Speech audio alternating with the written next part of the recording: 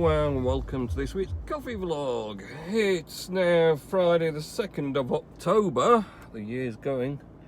It's 5:23, so heading home, pretty respectable time. I might have been sooner, but I was mopping my amazing new kitchen area. To keep it nice and clean, and yeah, just doing some tidying up before leaving. So yeah, it's been a pretty intense week again, to be honest. Last weekend I did have a good restful weekend. The break I was much wanting. Yes, that's alright, don't mind me.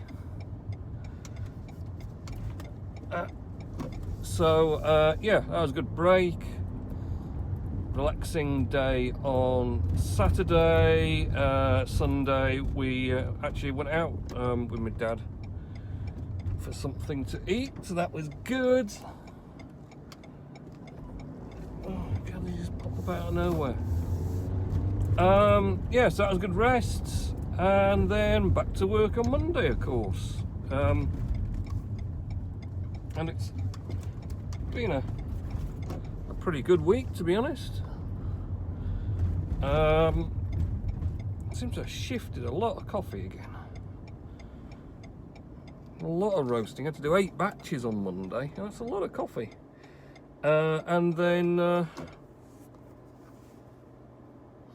did a few batches during the week.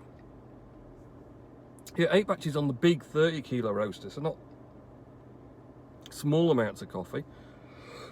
Pardon me. And then a few small batches in the 5 kilo, followed by I've done like 6 batches today in the 30. So yeah, chewing through the coffee. So we'll do Mr. Nellis because I've just brought him up.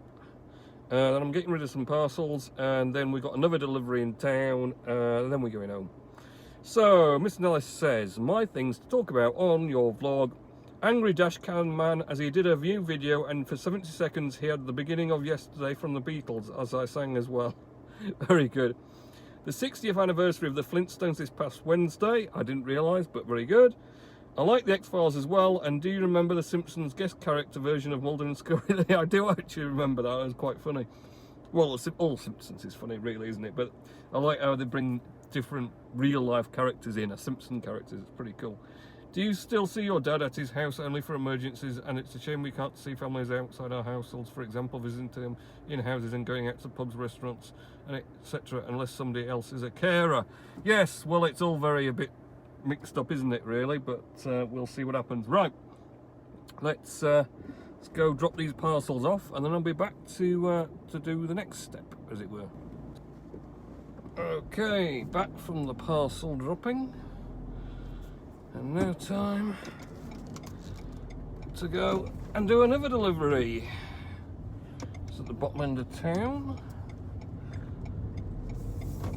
And then home. So I managed to get rid of all the parcels today in the Halifax locker, which is good. I've been pretty lucky this week. It's mostly been empty. So I've only had a couple of nights I've had to go to the second locker up near my house.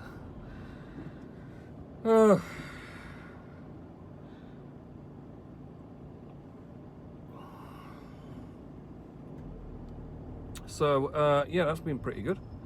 There's a bit of a queue down here. I don't know. So, yeah. Pretty busy week, to be honest. Quite a lot going on. Let's say roasted load of coffee.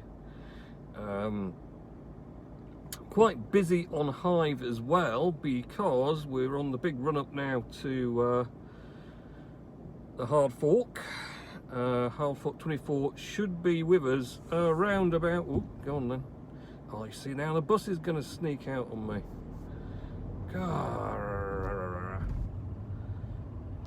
Go away, tiger bus.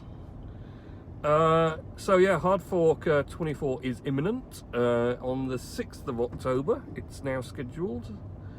So I've been having to prepare, get the servers upgraded, and I have actually taken the opportunity to do some upgrades as well, storage upgrades. So I've got 3 or 4 servers updated to the new code. Was trying to update, well, run a second hive mind. Let's get past the polices.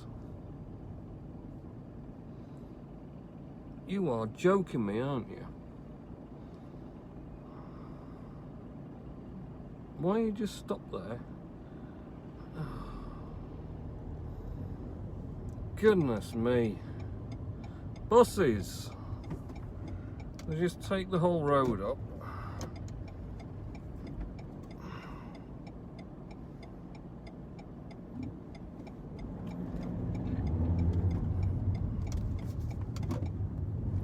It's like a fight all the time.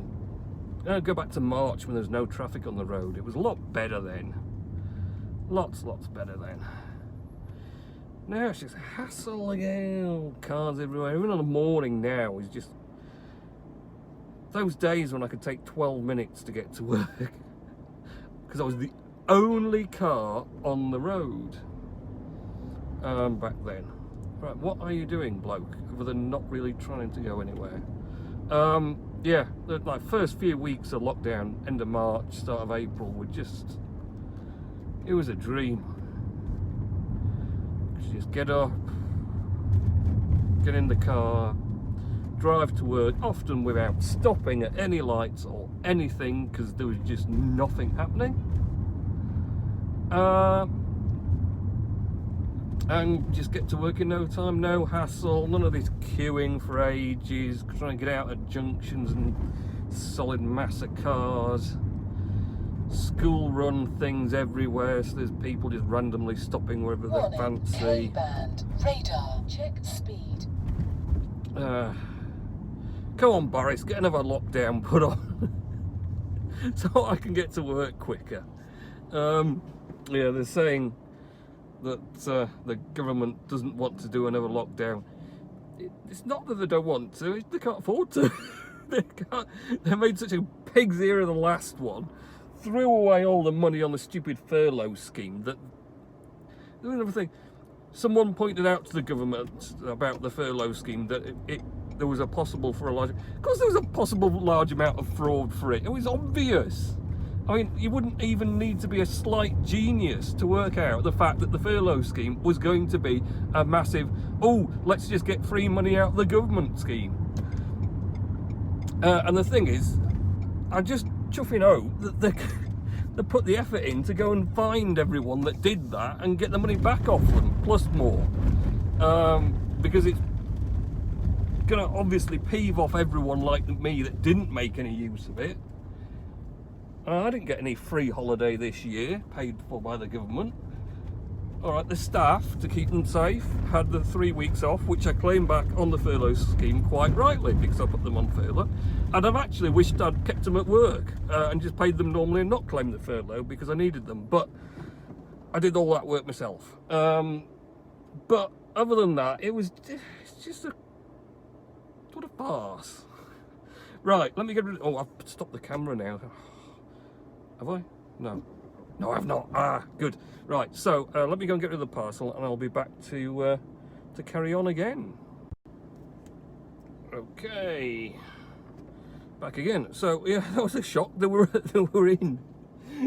Since March, I've been just shoving the coffee through the door because they've been working from home instead of in the studios.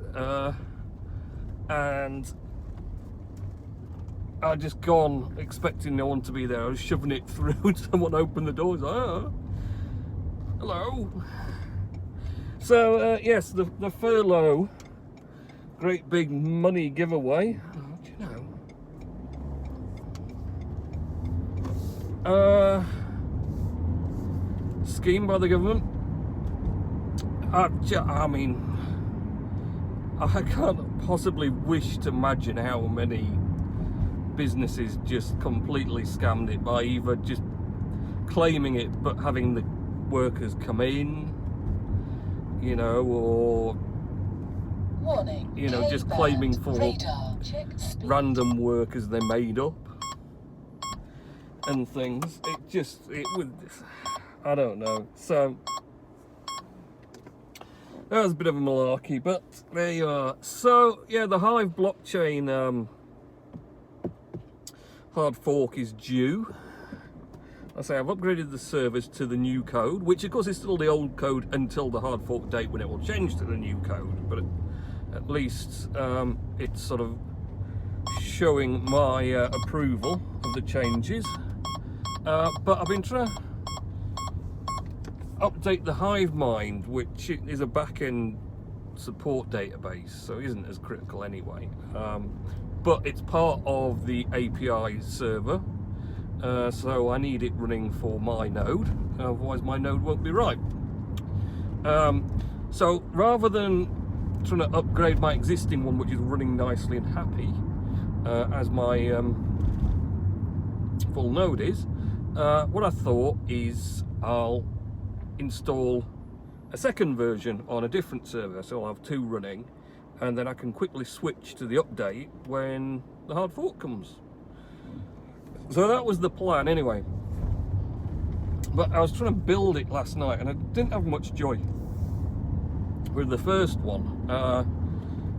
And then, so this latest version, there's not a great deal of instructions on how you build it and run it. There's a lot of gaps in there. You're looking at it and you're thinking, how exactly, what command do I need to put in and everything to get this thing to work, and to install it all and get it all running. So I was trying to do it, and to be fair, it just wasn't having none of it. And then I kind of I pointed out that a lot of the instructions were pretty much not relevant, because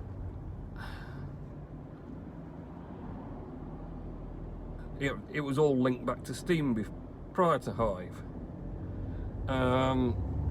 But apparently that's on the to-do list, but it's not as important as getting it up and running for the people who know about it. So it's kind of like, for anyone who doesn't know, they're just not going to tell us until they're ready for us to meddle with that bit of code. So I kind of gave up on that. Well, I was politely told that it would be a good idea to wait. So that's what I'm doing. I'm going to wait. Because I can always have just the point to a working Hive Mind, not mine. So my node does fully work still. Because when the hard fork comes, a large amount of the changes took a lot of the information out of the node, the blockchain nodes, and put it into the Hive Mind. So when the hard fork occurs, we got this right, I'm not sure because it's a bit complicated. When the hard fork occurs, less information will be requested from and be needed from the nodes, so they can then run with significantly less RAM. And that information instead will be in the storage of the Hive Mind, which will grow quite a lot because all the information's going into there that would have been in the RAM of the servers. So all very interesting. So I'm just going to have to see about that when it comes round to it. But for now, I'm about as prepared as I can be at the moment, because like I say, without being able to update that Hive Mind, I was going to upgrade and then the storage on the server that's got the old Hive Mind on, that's still running at the moment. But as things go, maybe that won't be happening, and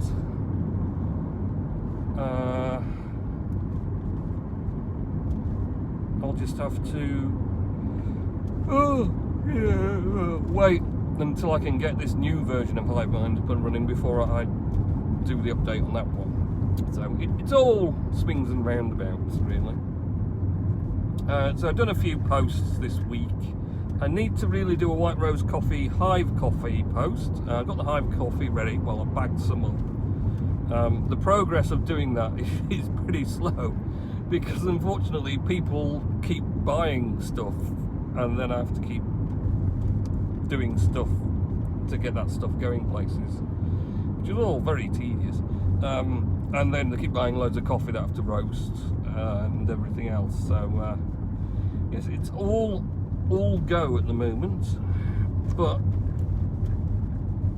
you know, at least we're selling stuff, which is more than a lot of businesses in the present climate. So should be happy about that. So this week, I don't know, I've been on the computer quite a lot, obviously doing all these upgrades and things. Spent a lot of time on Saturday and Sunday working away at that, and then the evenings as well, because nothing ever goes smoothly. What's going on here? Normally a big queue up here like this, very odd. You know, nothing ever runs smoothly, and then you install everything and it runs, and then one of the nodes, I'd set it off, and I don't know if I built the non-low memory node version of Hive-D, and it was running, and it had got to 55%, and it had used pretty much all the RAM of the server, which is 64 gigabytes, plus I got 30 gigabytes swap or so. So I got available 90 in total, but it only got halfway and used like pretty much 60. So if at halfway it's used 60, it should really use 120 at least. So it wasn't going to finish, which perplexed me a bit. So I had to stop that, rebuild with the low memory node, start it off again, and then somehow that one completed fully and only used 17 gigabytes of RAM. I don't really understand that, because it was using about 50 or on the older version, and technically the version, it's still running the old code. It won't switch to the new code until the date, so it should use exactly the same as the version 23 software, but somehow the version 24 is using less, but still apparently giving all the information, I think, but I don't know. So I was a bit perplexed by that, and funny enough, both nodes are running with significantly less RAM than they had previously. But Witness as well, one of the Witness ones is. So I don't know if somehow they've implemented pre-hard fork the changes, or I don't know what's going on, really. But it's all running and producing blocks, so that's the main thing for me, because it means I'm getting my Witness rewards. And if I can start bumping up White Rose Coffee up the Witness list next, get a few more voters on that, because now I've got 4 servers. I've actually got the capacity for 4 backups. Well, 2 backups for 2 witnesses, because White Rose Coffee originally was just the backup for Coffee Witness, but now with extra 2 servers, because apparently the nodes, and I didn't realise this until I tried it, but the node which dishes up the information to everyone can multitask and can run as a witness and produce blocks at the same time as giving out the information that it needs to everyone, which means that they can be used as my backups, and I can just switch configs around as I need to, if one server goes down, or if there's a problem, or if I need to do updates or whatever else. I can switch over, produce blocks on a different one, and then switch back again. So that's kind of very handy. It just opens it up now, because I can fully. White Rose was always going to be, oh well, if I need a backup, then it's going offline while I'm sorting out the main one, but now I don't need that, so it can rise up the tables. White Rose, the ultimate British coffee witness, to go against the British coffee witness. Complicated. So, but yes, been doing that. So, other than that, just on of an evening, what did I watch last week? trying to think what I did watch. Oh, I watched The Sweeney. I know, yeah, I watched The Sweeney. That was pretty good. Oh, and I watched something absolutely appalling. And I can't remember what it was called exactly. It could have been Dead Cold, which would have worked well because it was pretty corny actually. So basically, out in the frozen wastelands of Canada, this couple are travelling home from somewhere. The husband has lost his job and hasn't been able to get another one, and they're struggling for money. And they pick up these two hitchhikers who seem to be a couple of chancers, weirdly just wandering about in not particularly any cold weather type clothes in the middle of a snowstorm in the middle of the frozen Arctic. So then they're going along with this other pair, and they nearly run over this old guy tottering along in the road, also frozen to death. So they decide they better take him with them to the next town, but by that time he's died from the exposure from being frozen, so he's just dead in the car. Anyway, it goes through. It turns out he used to be some bank robber, and he'd been involved in this big raid where all these gold doubloons had been stolen, and he'd been locked up for many years for it. But before they locked him up, the gold hadn't been recovered, and it never had since. So it was all a bit of a mystery, and the guy had in his wallet this little bit of paper with these two GPS coordinates, and they kind of surmised that, well, maybe that's where the gold is. So somehow this set of strangers decide they're going to go out into the freezing cold without hardly any of the proper required stuff to hunt for this gold, and it was pretty bad, to be honest. I mean, the long story short is the husband is the only one that survived, and that was only because he tried to go back after he nearly froze his foot off. The rest of them did go on and find the gold, but froze to death trying to get it back again from out in the wilderness. So yeah, it was a pretty sad story, but it kind of ends with the police lady trying to ascertain what he knew, and he's like, did they find the gold? And she's like, oh no, they didn't find any gold. And then as she's leaving, she's like on the radio, she's like, he doesn't even know they found the gold, there's a load more out there, we're gonna get it. So they'll be the next one frozen to death with the police trying to get this gold from the middle of nowhere. So that was kind of entertaining as a film goes.